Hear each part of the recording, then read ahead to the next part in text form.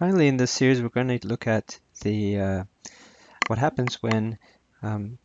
sound wave in a particular, for example, tube, given its boundary conditions, can produce, like we saw before with, say, string waves, these so-called standing waves, where the traveling wave that is sent interferes with reflected traveling waves, and you have an interference, and that interference produces waves that oscillate and no longer travel, and are therefore stationary. And there are lots of applications to this, such as the musical instruments and lots of ideas of resonance. So we can see here in these pictures that if we look at a tube that is, for example, open at both ends, where you have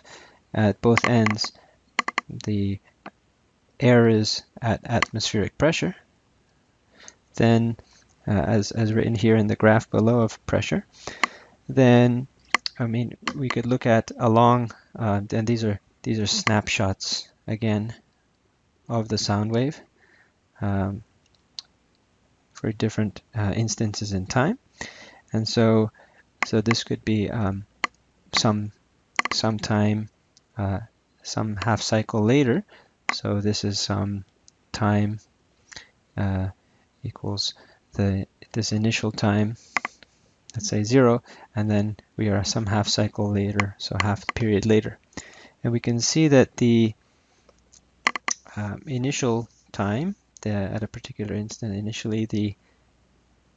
wave has a maximum amplitude in these spots, and then sometime later, due to this effect of the motion of the particles back and forth from coming back basically and reflecting, the effect is that those positions are now reversed. And so if this continues over time, then what we can produce is basically an effect where we could just write on one graph where these points that are fixed with respect to the atmospheric pressure outside could be called, as we saw before, points that are called nodes, and have no displacement and no change in pressure in this case. So we consider this as the change in pressure, for example, delta P, and the other points which have maximum change as antinodes.